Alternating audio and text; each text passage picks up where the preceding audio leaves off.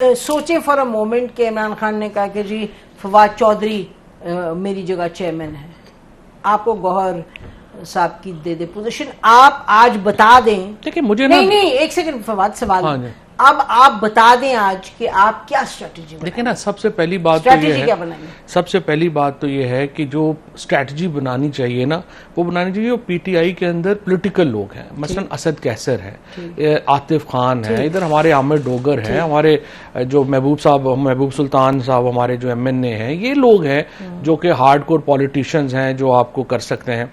Even मेरे ख्याल में तो हमाद और असलम इकबाल साहब जो हैं वो बेशक पंजाब में नहीं आ सकते, बट उनकी राय तो ली जा सकती है उसके ऊपर जो भी एक्सेस है। तो अंडरग्राउंड चले गए नहीं, लेकिन उनसे राब्ते में तो है ना वो जहां पे भी हैं। अब ये वो लोग हैं, और एमएनए हमारे जो हैं रियाज फतेहाना साहब वगैरह जैसे सारे लोग हो गए, और एमएनए बहुत हैं जो कि आए हैं, एमपीएज हैं कई बहुत अच्छे।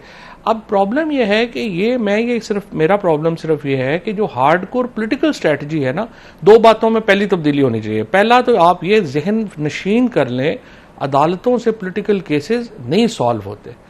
आपने अल्टीमेटली अदालतों का एक जो मंजरनामा बना हुआ है वो फायदा तो देता है पॉलिटिक्स को, बट पॉलिटिक्स पॉलिटिकल इश्यूज पे रिजॉल्व होनी है, और आपकी पॉलिटिकल स्ट्रेटजी कोई नहीं। 9 तारीख को आपने कोई कैंपेन नहीं हुई, कुछ नहीं हुआ, लोगों ने 8 तारीख को वोट डाल दिया। आप 9 तारीख को वो डला हुआ वोट आप जो है वो अपने रिजल्ट्स जो है वो उनको आप नहीं कर सके सेफ गार्ड। वो दिन था जब पूरी पीटीआई को हर सूरत में बाहर होना चाहिए था, क्योंकि उनके एमएनए एमपीएस जो थे वो हर हल्के में उनका मैंडेट चोरी हो रहा था, उन्होंने खुद लीड करना था। और पीटीआई ने मोबिलाइज नहीं किया तो कैसे आते यही तो मैं कह रहा हूं, मैं तो आप वाली बात ही कह रहा हूं। फिर देखें वो लियाकत चट्टा की स्टेटमेंट आई, वो बेचारा जो है उस वक्त का पता ही नहीं वो किधर है। पीटीआई ने जो जो उसके लिए बोला है उसका बेड़ा गर्क कर दिया, उसके साथ ही खड़े नहीं हुए। अब आप देखिए कि जो भी है, आपका सेनेट का इलेक्शन केपी के बगैर हो गया, केपी असेंबली को प्रॉब्लम ही नहीं है। चेयरमैन सेनेट केपी के बगैर इलेक्ट हो गया, प्रॉब्लम नहीं है। प्रेसिडेंट इलेक्ट हो गया, प्रॉब्लम नहीं है। वहां का चीफ जस्टिस जो था, जो सीनियर मोस्ट जज था, जिसका सुप्रीम कोर्ट में आना हक बनता था, वो सिर्फ बल्ले के फैसले की वजह से उसको रिटायर कर दिया गया। कोई बंदा उसके लिए बोले ही नहीं। अब आप अगर किसी के लिए बोल ही नहीं रहे जो आपके साथ खड़ा है, फिर देखें पॉलिटिकल प्रिजनर्स।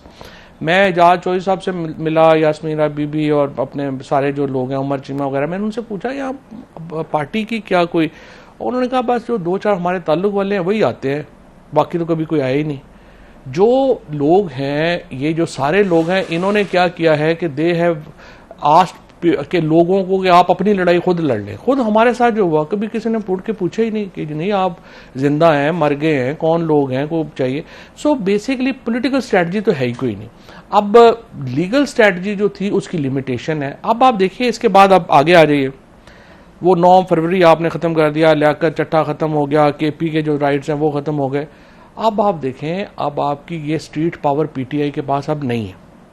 अब ये 20-25 लोग आते हैं, उनको कुट पड़ती है, 4-5 लोग वकीलों को अगले दिन बेल हो जाती है, 20 लोग बेचारे जो है वो मार खाते हैं, बाहर नहीं निकल सकते। अब ये देखो इसकी क्यों ये ऐसे है। ये ऐसे इसलिए है कि देखे, इन्होंने बजाय रोज एक स्टेटमेंट आ जाता है, एक दिन आ जाता है जी हम फौज से बात करेंगे और हम पॉलिटिकल पार्टी से बात नहीं करेंगे। भाई आप ये स्टेटमेंट्स क्यों दे रहे हैं? आपका तो काम है ना इस वक्त हुकूमत से बात करें, ना आप फौज से बात करें।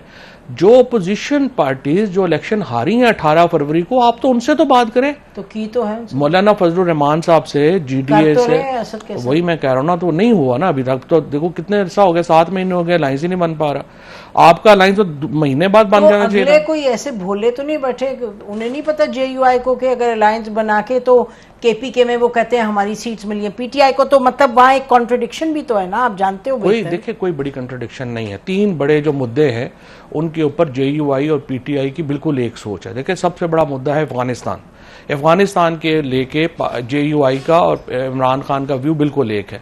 इलेक्शंस को लेके इमरान खान का और जेयूआई का व्यू बिल्कुल एक है। ये जो ऑपरेशन है इसको लेके बिल्कुल व्यू जो है वो एक है। अब ये बड़े मुद्दों के ऊपर व्यू एक है। हाँ, अब दूसरी बात जिस तरफ आप इशारा कर रही हैं कि जाहिर है उन्हें पॉलिटिकल अकोमोडेशन चाहिए। अब आप मुझे बताएं, पब्लिक अकाउंट कमेटी पीटीआई लेके क्या करेगी? आप पब्लिक अकाउंट कमेटी दें जेयूआई को। आप जो उनके 2-3 जो हल्के जहां से जीती है अपना JUI के लोग हैं, वहां DCSP उनके लगा दें, क्या फर्क पड़ जाएगा? देखे ना, ये तो एक मनूवर करना है ना, आपने अलायंस को थोड़ा उनको देना है कि हम आपके साथ चलेंगे, कोई ऐसी बात नहीं। और असद कैसर साहब और महमूद अचकज़ई जो ये कर रहे हैं, हम देख रहे हैं, उनकी टांगें खींचते हैं, उनको कभी एक बंदा आके प्रेस कॉन्फ्रेंस कर देता है, इनके पास इख्तियार नहीं है, हमने उसको इख्तियार नहीं दिया। सो ये इनको unfortunately the problem right now is, my problem is कि देखें, ये एक वकील आता है, वो कहता है जी अगले ईद के बाद इमरान खान बाहर आ जाएंगे, वो आता है मुहर्रम के बाद आ जाएंगे, वो कहते हैं छुट्टियों के बाद आ जाएंगे। भाई इस तरह नहीं आते। जब तक आप अपनी पॉलिटिक्स ठीक नहीं करेंगे तो आप कैसे जो है, और इमरान खान को आपने जेल में बिठाया